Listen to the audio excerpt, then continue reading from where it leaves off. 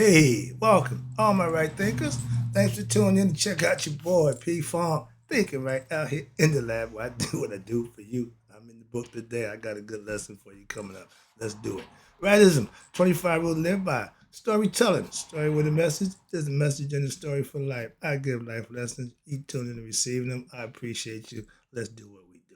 Right thinkers mission, and that's what I'm on, is to enlighten, inspire, educate, and motivate you, the individual, to a higher spiritual level of enlightenment. Right thinker's way of life through mental and spiritual discipline practice daily will help and guide you to obtain your goal of spiritual enlightenment, aka know thyself. My mission is that all right thinkers know thyself. If you're a right thinker, your goal should be to know thyself. So I ask the question, do you know you? It's rhetorical, but if you don't have the answer for yourself, tune in. I can help you with that. That's what I do for you. Help you to know you. A person who knows not and knows not that they know not is foolish. Disregard them. A person who knows not and knows that they know not. It's simple, but you can teach them. That's why I do what I do for you. Appreciate you too. Stay tuned. I got more for you. A person who knows not and believes and think that they know is dangerous. Avoid them. I do. A person who knows and knows not that they know is spiritually asleep. I can awaken them. I'm the spiritual alarm clock here to wake you up with knowledge of self.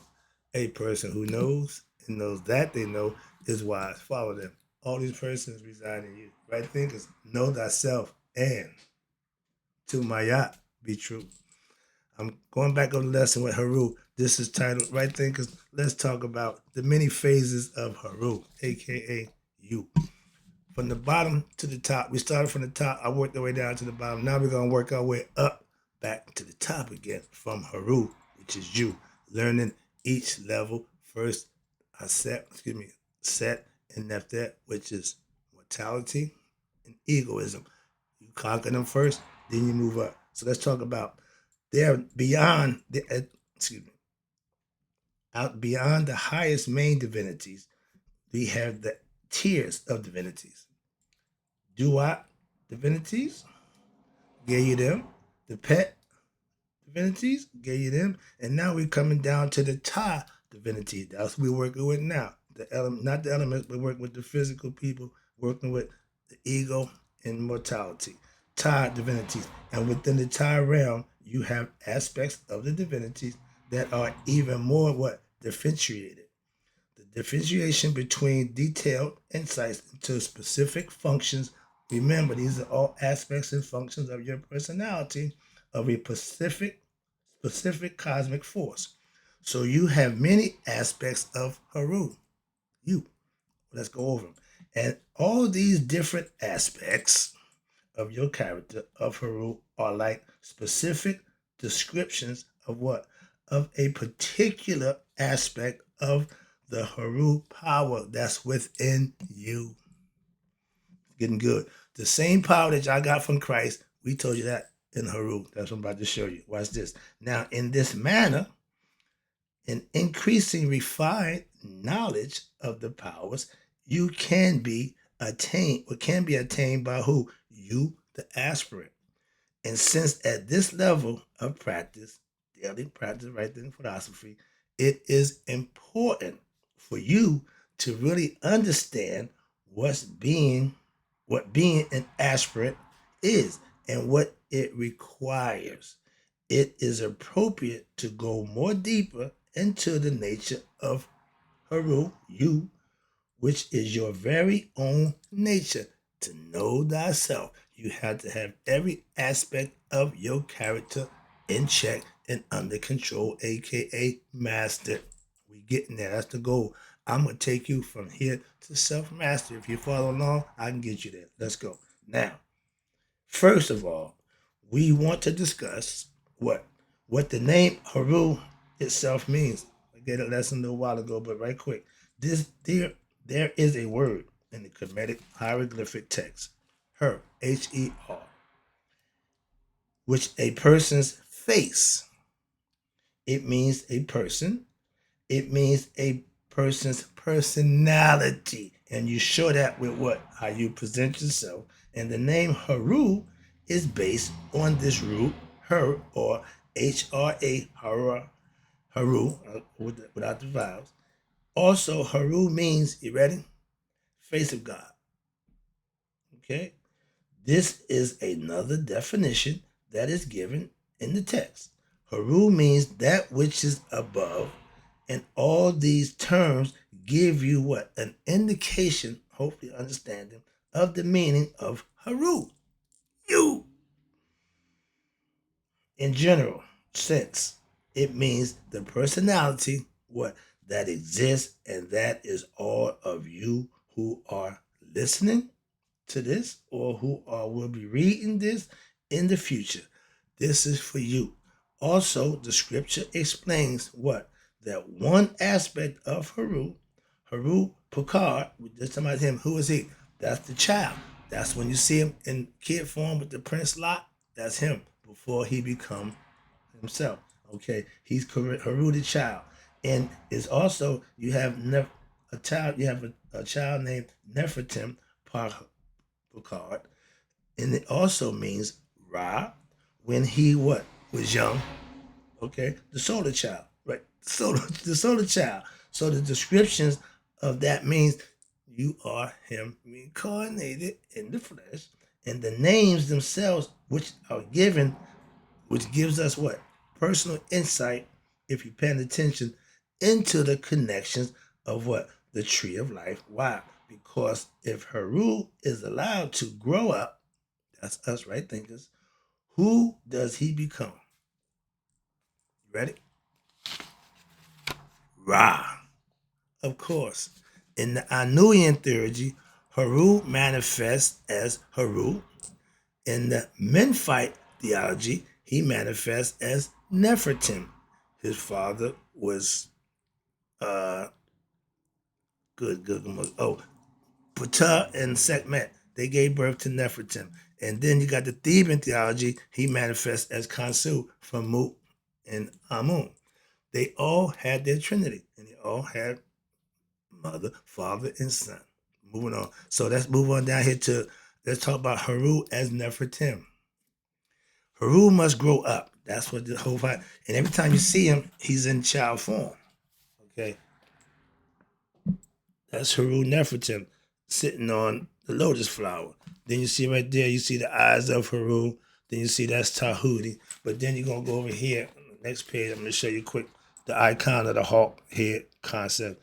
We went over this before, so I'm not going to go through that one. That's what I call the fluff. We done been that before, so I'm going to go past that. Take you to Heru, the solar child, sitting on the lotus. So right now we're going to do Heru as Nefertim.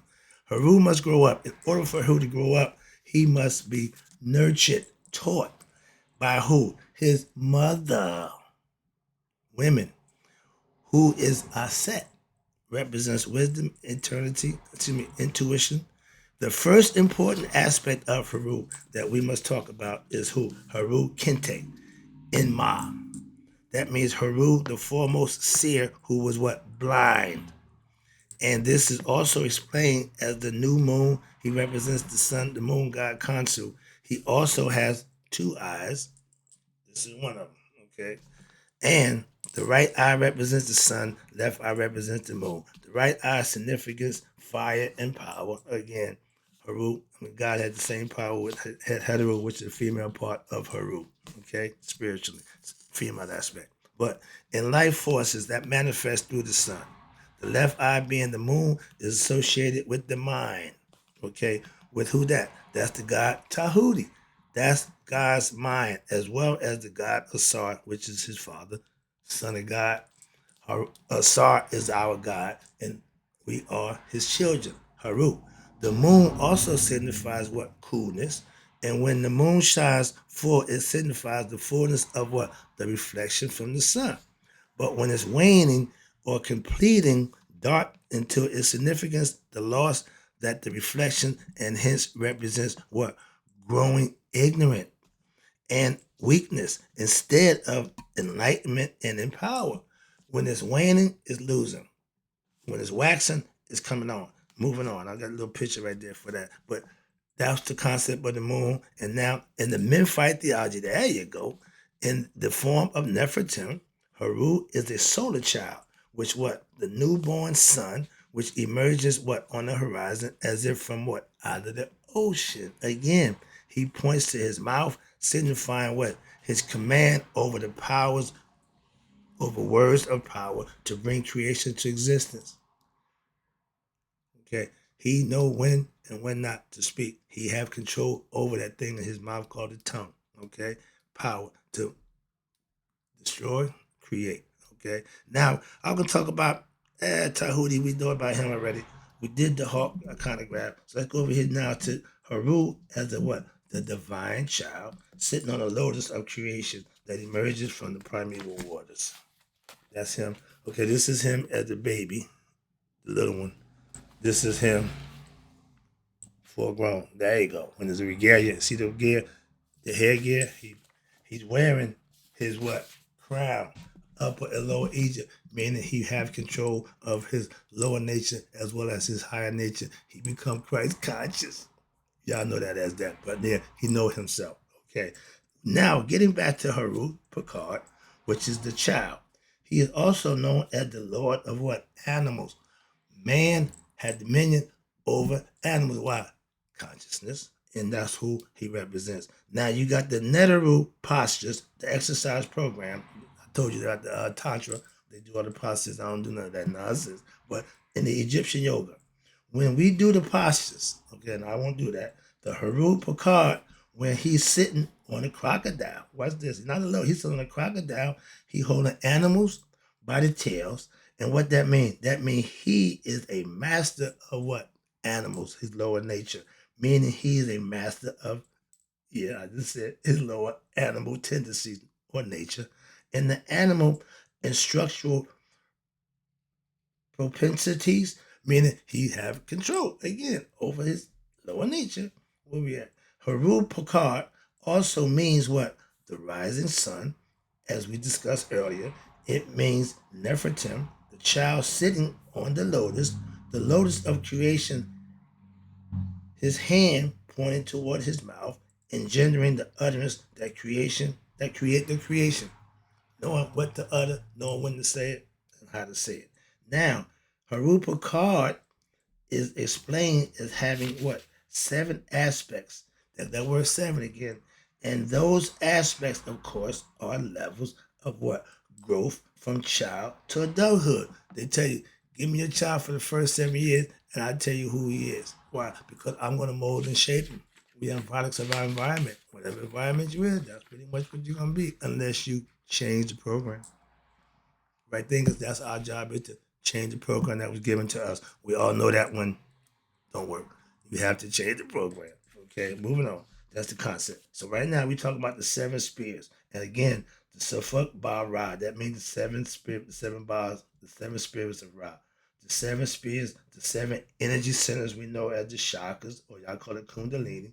The world and vortexes of consciousness as it evolved from what? Childhood as a spiritual being, again, having a human experience from birth, to a spiritual adult being with what? Enlightenment and knowledge of self. Heru has many other, again, aspects beside those of the childhood. If we think of the 7 aspects as important phases in the development of Heru, the principles, we can also realize the necessary aspects within ourselves that need to what? Be developed in order to have a successful psycho-spiritual journey toward what? Enlightenment. Meaning a life filled with you doing what you need to do to be the best you can be and enjoy it. If you're stressed, if you was going through depression, you're doing something wrong. You should be doing the right thing, and good things will happen. If you put good work out, you will get good work in return. I keep emphasizing that. Why? I practice that. I know that for a fact. So we have discussed several of what aspects that are important for what? Spiritual evolution.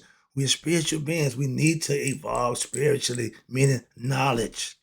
One important aspect of Heru is Heru be who that. Know who he is? That's you, the warrior, who took on Set and took him down. Okay, so to speak. It's a bunch of steals. Again, that's the fluff. We done talked about this before. I don't want to keep going over stuff I went over before. But this is Heru. That's Set as a pig. He harpooning him. Okay. 10 spears to the head. Okay. Not one. He did him 10 times. But that's how strong your ego is. It ain't gonna give in. It's not gonna no. It's the honey badger of spirit. Why? He love fighting. He don't care who he fight. Understand that. That's why you want the guy a berserker. And they got the Norsemen, the Vikings. They had to call berserkers. They would get them all hyped up on drugs and get them all psyched up. Russians did the same thing. You get killing machines. You just turn them loose. We call them games. I got something. I turn them loose. Yo, we're militia. Come on in the hood. I got something for you. No, we got that covered. Moving on, but that's the concept. But Heru, be who that is a specific aspect of your character that was what that has to be worshipped, and they worship him in the city of Edfu. Edfu is where you have the main temple of Heru.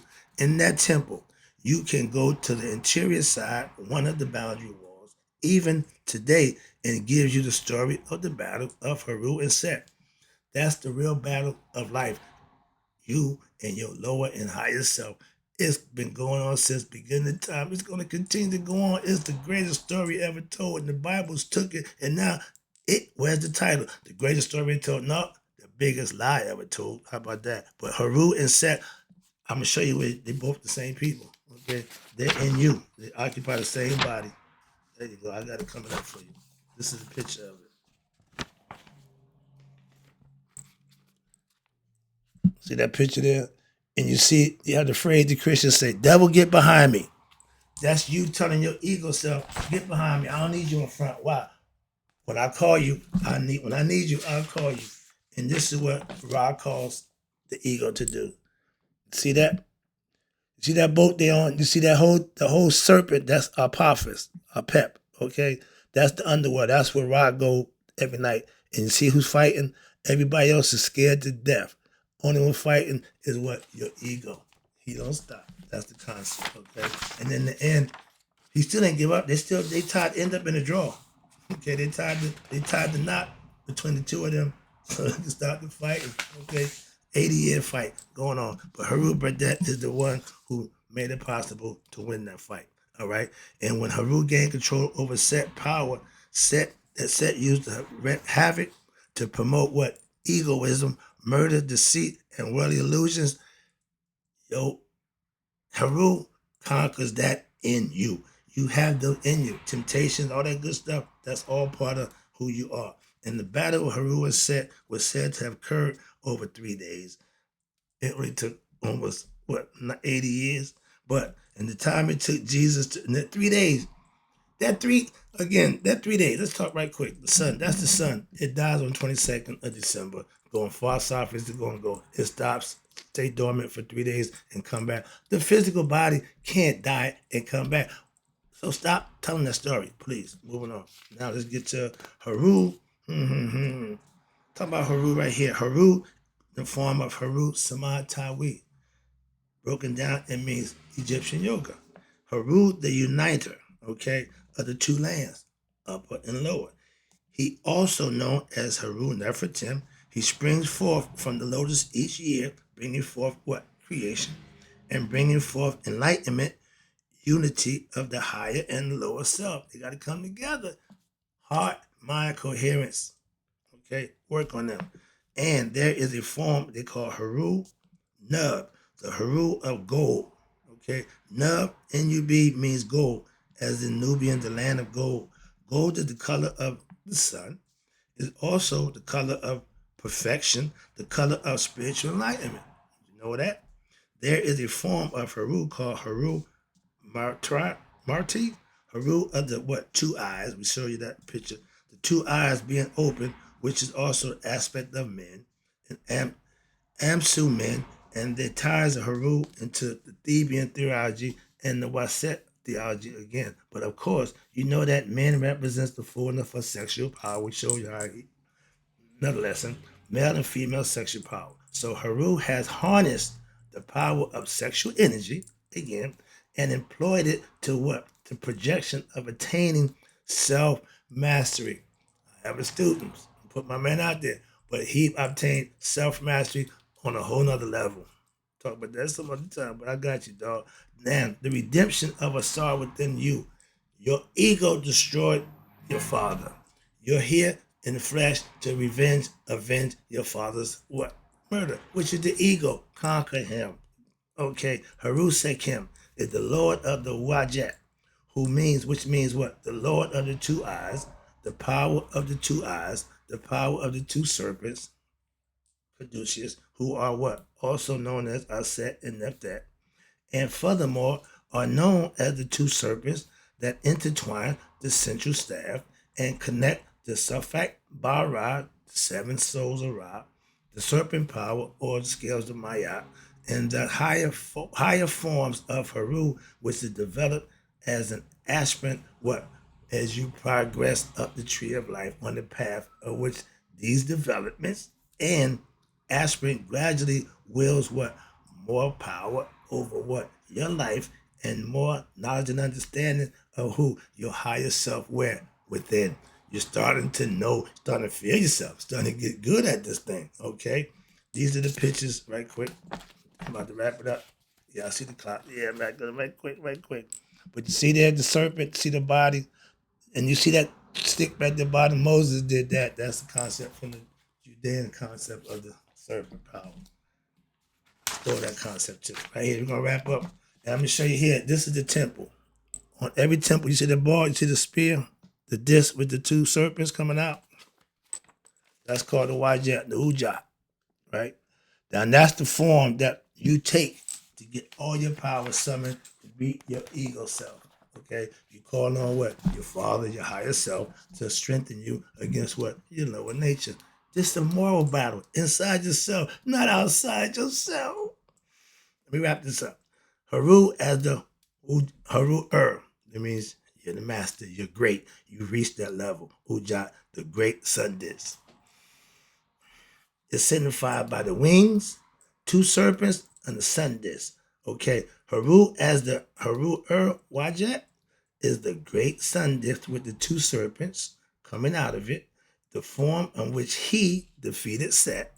In other words, the all-encompassing divinity. Yeah, I'm a bad man in full. Yeah, when I go in full bloom, ain't nothing you can do with me. That's what they try to show you in the Egyptian gay gods nonsense. Well, yeah, but when Ra at full tilt, you're unstoppable. But Set, if you ain't ready, you ain't gonna get him out. But this aspect may be thought of also as what? As a person who's what? Whose mind has expanded, becoming smarter, such that it has moved beyond seeing him or herself as what? An individual. No me, no I. Us. We. I am two people. Okay, in one. Becoming one. The person got to realize he am. The I just means you individual. Am means you conscious. Now you no longer see yourself as an individual being, and now you see what? The world all together as one unified entity. And your vision of separations, opposites, and genders, etc., have what? Subsided. There's no longer a difference between male and female. Everything's one. And have given way to what? The vision, you ready? Of oneness. Everything is from the one. George told me that years ago, 50 years now. And watch this. As embracing all that in physical terms, it may also be thought of as what happens when what? A supernova explosion occurs. We all know how that is. And I said, I define my enlightenment like skyrocket just exploding. My head was just going off like the 4th of July. So everybody has a different reaction. But when it occurs, it's like an explosion. Boom! Yeah, it just shake everything. When that happens, a star expands to what? Encompass all of the planets in the solar system, so to speak. And they, along with their differences in size, climate, color, compositions, etc., are what? All encompassed by the light, but they are also burnt up dissolved into the essence of the singular luminary, and having discovered these aspects, you, Heru, become what? The sitting king, and and anyone who discovers and reaches this level we call nihas, their aspects, and develop them within themselves, become what? The sitting ruler by them, be they male or female. You are the king or the queen of yourself. When you reach that level, that's what they're trying to tell you. And the divinities are worshipped by what? You ready? This is the part that a lot of people don't put the time in. Daily studying of their myths, learning about them, these different aspects, and understanding their true power, applying that power in what? Your life. Speaking their power in your life, reflecting on their power, becoming that power. If you were able to do this, right thinkers, there is another central shaft in middle of the obelisk that runs directly from who? From you, Heru, to who? God, Ra, your father. There is a connection that opens up, and then it becomes what? That's the pineal gland, okay?